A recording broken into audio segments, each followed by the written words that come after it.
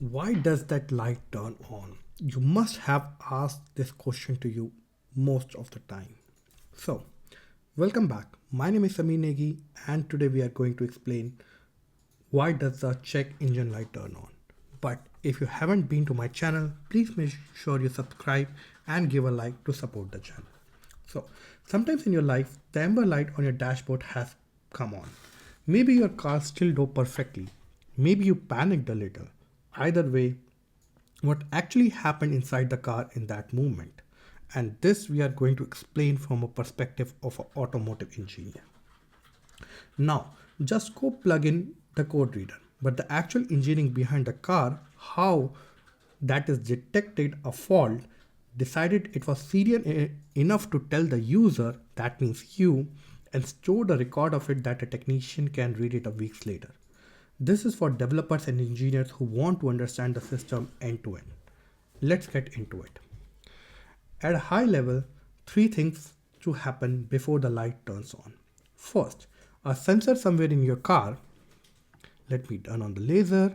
So a sensor somewhere in your car measures something. Let's say oxygen level, coolant temperature, throttle position, and your car has dozens of sensors, all sending the data constantly.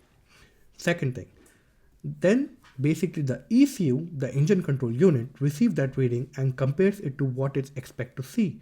If the reading is outside the normal range or a behavior unexpectedly, it raises a note. And then if a fault is serious enough and happens consistently enough, it switches on a malfunction indicator lamp. That's amber light. So you can see in a sense of where that there are microcontroller in your car doing a lot of things, and the sensors which you can see from your car are like proximity sensor, parking sensor, cameras, right? But apart from that, there are a lot of sensors in your engine which basically checks if everything is going on correctly or not. So next time when you see an engine light on, that means something serious has happened, and please don't be penny. Take your car to the technician. Every sensor in your car ultimately produces a voltage. The ECU doesn't receive words. Coolant temperature is 98 degree. Come on, a sensor cannot tell a microcontroller unit that. So it receives a voltage, says 0.6 volt. It looks up a calibration table, what temperature that correspond to. Take the oxygen sensor. It measures how much oxygen is left in the exhaust gases. Too much oxygen means the fuel mixture was lean, not enough fuel. Too little means it was too rich, too much fuel. The ECU uses this consistently to fine-tune injections. The MAF sensors, mass airflow, measure the physical mass of air entering the engine. The ECU needs this to calculate the right amount of fuel to add. So this is like, and each one of these sensors has known a expected range. When the ECU reads basically outside that range, something have happened, and basically that's when the ECU starts paying attention. Let's move to slide 4. So now, how does the ECU detect fault? So it doesn't just read one bad value and panic. No, it doesn't do that. It does a careful process. Step 1. It reads the sensor consistently or constantly for few milliseconds.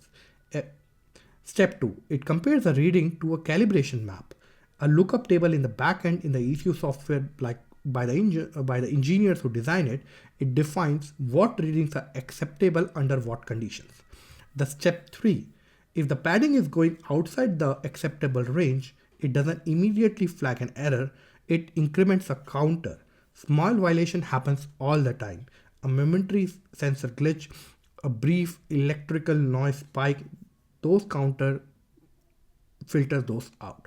And that's why, because sensor can glitch. So it's fine if a sensor is giving a out of range reading or sometimes. So it should happen consistently.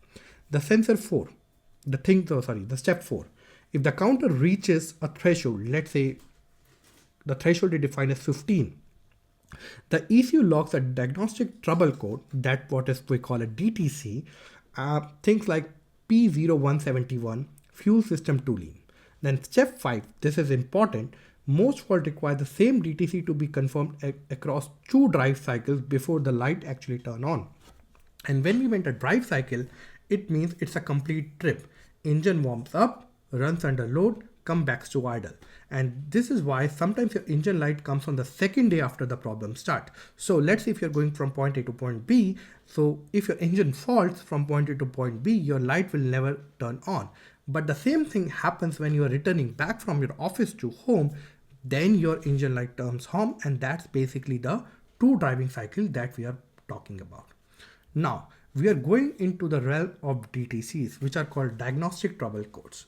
So look at a DTC actually what it tells. So every DTC has 5 characters, standardized by SAE. So what does it mean? It means P0171. The first character, system P, is powertrain, engine and transmission. So which kind of system it is? It can be powertrain, body, chassis, and network. Most of the work which I do is in the body as an automotive engineer. The second digit which you can see is basically stand for like the second digit 0. Any mechanic can look SAE code. 1 means the manufacturer themselves. So 0 means AE standard and 1 means manufacturer specific. That means it means that this DTC is defined by the manufacturer. It's not in the standards basically. The third digit is subsystem. 1 is fuel air, 2 is ignition, 3rd is misfire, and 4 is emissions. And the last 2 digits specify the numbers within the subsystem. And this is basically something which manufacturing can see. So if you see the example of P0171, it means the system is to lean bank 1. That's basically tell your technician where exactly to look into inside the engine, because inside the engine as well there are multiple things to look. They cannot just open an engine out of hunch, right? So basically this will tell you exactly to where to look in the engine. Now the freeze frame. Here is something most people doesn't know. When the ECU locks a fault code, it takes a snapshot of the entire engine states. So means basically with P1007 you can see there is some additional data. That means it is basically taking the whole picture. What does all these value could be, like engine RPM, vehicle speed, coolant, and everything. So look at this example. Vehicle speed is 0, low RPM, low load. The fault happened at idle. The short fuel trim is plus 18%, this one, and the ECU was desperately adding extra fuel trying to compensate for the lean condition. The pattern, fault at idle, large positive fuel trim, and strongly suggests a vacuum leak, because vacuum leak is an unmetered air which leans out of mixture, and then the ECU can compensate by adding fuel. This is the context that actually help diagnose the problem rather than just naming it. Now, there are 3 states of fault code. They are not just on and off. Pending. The fault is detected once, the light is not on, the ECU is waiting to see if it happens again, and see a pending code, that's an early warning. Confirmed. The fault happened 2 driving cycle, now the light is turned on and the code is stored in non-volatile memory, that is basically persistent memory. Permanent, and this is an interesting one. Permanent DTCs were introduced around 2010 as a part of OBD on-board diagnostics regulation. A permanent DCT cannot be cleared by a code reader, and the ECU will only clear it after it does the own diagnostic test and confirm the fault is gone. This exists a trick to stop some people before the emission test, like they plug in the code reader, clear all the codes, drive straight to the test. Permanent codes cause that loophole, right? Now, let's see, because as I mentioned, on-board diagnostics, what does this mean? How do you read the codes? OBD2 is a standardized diagnostic interface mandatory on all cars sold in US in 1996, Europe since 2001, same pin 16 connector under the dashboard, every make and model. Through these ports, you can read all the DTCs, see the live sensor data, streaming in real time, and view a freeze frame snapshot. These are basically some tools available.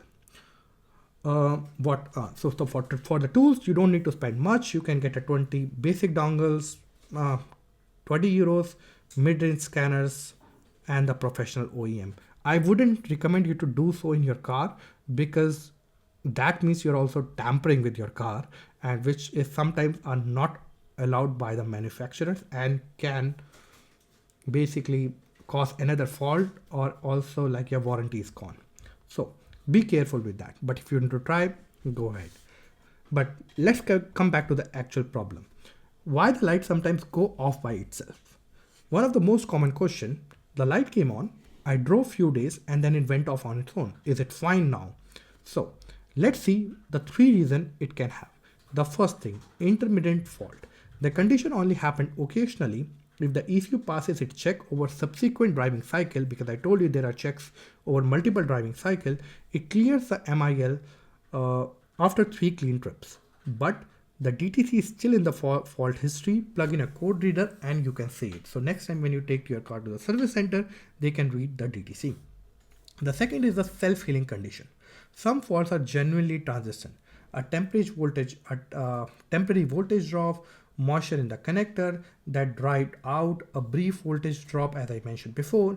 If the ECU accumulates enough clean drives, it clears the code. So usually a DTC can have a 40 self-healing cycles and then it basically is gone. Then the third condition is that you disconnect the battery. On older car, actually disconnecting the battery wipe code from the volatile RAM. So that means, because I told you all the codes are not stored in non-volatile, sometimes they are stored in volatile. So if you disconnect the battery, your car is out of power. That means your whole RAM basically gone. So sometimes your temporary DTCs are gone. But I said before, permanent DTCs are stored in non-volatile memory, that is a persistent memory, and they will always stay there. So let's wrap up. Your car check engine light in the end of a surprisingly careful, deliberate process that we have seen. Sensors produce voltage, the ECU maps to the voltage to the calibration limits, count violation, weight confirmation across multiple drive cycles. A log is structured fault code with a snapshot of engine state and only then turns on the light. The system is designed to be reliable, not to panic at every bad reading, not to miss the real problem. And all that you can read is from a port under your dashboard in a $20 dongle.